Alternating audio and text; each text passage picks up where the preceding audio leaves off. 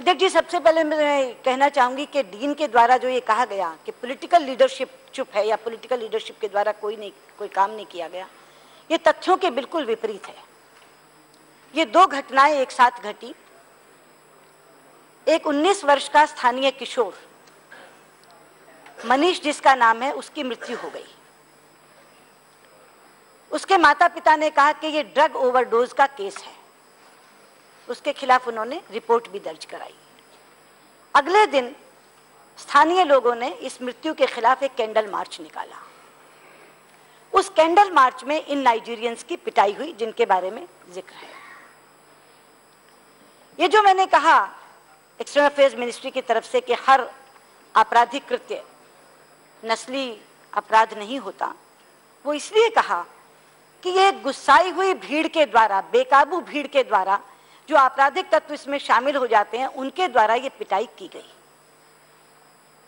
नस्ल भेद से प्रेरित जो भी अपराध होता है उसमें कोई ना कोई पूर्व योजना होती है। ये कोई पूर्व नियोजित घटना नहीं थी। लेकिन जैसे ये दोनों घटनाओं के बारे में मुझे पता चला, वो कहते हैं पॉलिटिकल लीडरशिप ने कुछ नहीं किया। तुरंत मैंने यूपी के चीफ मिनिस्टर से बात की और उनसे कहा कि इन दोनों घटनाओं की निष्पक्ष जांच कराने का आश्वासन अपनी ओर से भी दीजिए और मुझे भी कहिए कि मैं आपकी ओर से दूं। मैंने अपनी ओर से तुरंत ट्वीट किया, ये कहते हुए कि मेरी यूपी के चीफ मिनिस्टर से बात हुई है और उन्होंने मुझे भरोसा दिलाया। फिर यूपी के चीफ मिनिस्टर ने अपनी ओर से ट्वीट किया कि मैं निष्पक्ष जांच का भरोसा देता हूं। उसके बाद मेरे सहयोगी राज्य मंत्री एमजे अकबर, उनसे मैंने कहा कि आप नाइजीरियन हेड ऑफ मिशन से स्वयं बात करिए और उनसे बताइए कि इस तरह से इस पर निष्पक्ष जांच हो रही है, ईएम पर्सनली मॉनिटर कर रही हैं इसको। तो उन्होंने कहा बहुत अच्छा हुआ आपने हमें बता दिया, आप ईएम का धन्यवाद करिए। हम लोग आना चाहते थे मिलने के लिए, लेकिन अब आने की आवश्यकता नहीं है। ये अकबर जी के साथ बात हुई। उसके बाद निष्पक्ष जांच शुरू हो गई। 6 लोग गिरफ्तार हो गए इस केस में, 6 लोग गिरफ्तार हो गए। जांच चल रही है। दूसरे सदन में जब यह सवाल उठा तो मैंने यही कहा कि जांच के परिणाम से पहले किसी अपराध को नस्ल भेद से प्रेरित कहना यह सही नहीं है। और ये केवल मैं भारत के संदर्भ में नहीं कह रही, जो अमेरिका में हिंसक कृत्य हो रहे हैं उनमें भी हमने ये कहा कि जांच से पहले मत कहिए कि नस्ल भेद से प्रेरित है। अच्छा, अभी मोजाम्बिक में एक भारतीय की हत्या हुई, हमने तो नहीं कहा यह नस्ल भेद से प्रेरित है। उससे पहले एक घटना हुई, हमने तो नहीं कहा नस्ल भेद से प्रेरित है। तो इसलिए हमारा ये कहना कि हर आपराधिक कृत्य या हर हिंसक कृत्य नस्ल भेद से प्रेरित नहीं होता, जांच का परिणाम आने दीजिए।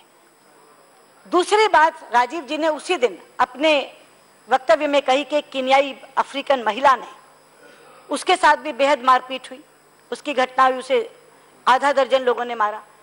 आपको मालूम हुआ होगा अखबार के माध्यम से। अगले दिन स्वयं उस महिला ने जाकर के कहा कि मैंने तो झूठ बोला था और अपनी शिकायत वापस ले ली। और जब उसका वीजा हमने देखा तो उसका वीजा कब का एक्सपायर हो चुका था, कब का समाप्त हो चुका था। वो अवैध रूप से यहां रह रही थी। तो सिर्फ उसके कहने पर यह कह देना कि मारपिटाई, उसने स्वयं ने माना कि मारपिटाई नहीं हुई और जाकर के शिकायत विड्रॉ कर ली। तो इसलिए मेरा यह कहना है कि डीन ने जो बातें कही हैं मेरे लिए बहुत आश्चर्य वाली भी है और दुख वाली भी है। और इसीलिए आज हमने उसको बुलाया था, डीन को। और जनरल वीके सिंह बैठे हैं यहाँ, हमारे एमओ से वो मिलकर गए और उन्होंने बहुत साफ शब्दों में बात की कि इन तमाम चीजों के बाद मतलब पॉलिटिकल लीडरशिप का जो रिस्पांस आया, स्वयं ईएम का, हमारे एमओएस अकबर का, सीएम यूपी का, और उसके बाद जिस तरह से 6 लोगों की गिरफ्तारी हो चुकी है, अगर इसके बाद भी आपको समाधान नहीं हुआ था तो आप ईएम से मिलने का मौका मान लेते। पिछली बार जब कांगो का एक बच्चा मरा था तो पूरे के पूरे एचओएम्स मुझसे मिलने के लिए आए थे और उनका समाधान हो गया था। हम लोग वहां नाइजीरियंस की नहीं बल्कि तमाम अफ्रीकनों की संरक्षा सुरक्षा के लिए पूरा प्रयत्न कर रहे हैं। पूरी तरह से प्रशासन मुस्तैदी से काम कर रहा। अगर उसके बाद भी वो ये कहते हैं कि इंडिया इज अ जीनोफोबिक कंट्री या ह्यूमन राइट्स काउंसिल में जाएंगे, तो हमने उनको आज कहलाया कि आप ह्यूमन राइट्स काउंसिल की बात करते हैं। हमारे यहाँ कौन से तंत्र की कमी है? ह्यूमन राइट्स कमीशन हमारे यहाँ है, एनजीओज हमारे यहाँ इतने ज्यादा एक्टिव है, इतनी एक्टिव सिविल सोसाइटी है, हमारी फ्री प्रेस है, हमारी इंडिपेंडेंट जुडिशरी है, इतने तंत्र व्यवस्था के हमारे यहाँ हैं, और आप बात इसको करते हैं यूएन ह्यूमन राइट्स काउंसिल जाने की। तो आज बड़े खुले शब्दों में MOS VK सिंह जी ने उनको बुलाकर बात की है और ये कहा है कि जो आपकी ये बयान है ये बहुत दुर्भाग्यपूर्ण भी है और हम लोगों को हैरत में डालने वाला भी है, क्योंकि भारत सरकार के द्वारा जो कार्रवाई की गई है उसको किसी भी शब्दों में इनएडिक्वेट नहीं कहा जा सकता। जो आपके स्थगन प्रस्ताव में किसी भी कीमत पर इनएडिक्वेट नहीं कहा जा सकता। हम लोग पूरा प्रयत्न कर रहे हैं, निष्पक्ष जांच होगी, जो दोषी पाया जाएगा उसके खिलाफ कठोर कार्रवाई होगी और अफ्रीकनों की ऐसा केवल नाइजीरियों की नहीं, पूरे के पूरे अफ्रीकों की और जितने भी देश की नागरिक इस देश में रह रहे हैं उनके प्रति भारत सरकार कृतसंकल्प है कि वो सुरक्षित रहें और इसके लिए मैं आपके माध्यम से सदन को आश्वस्त करती हूँ। Thank you.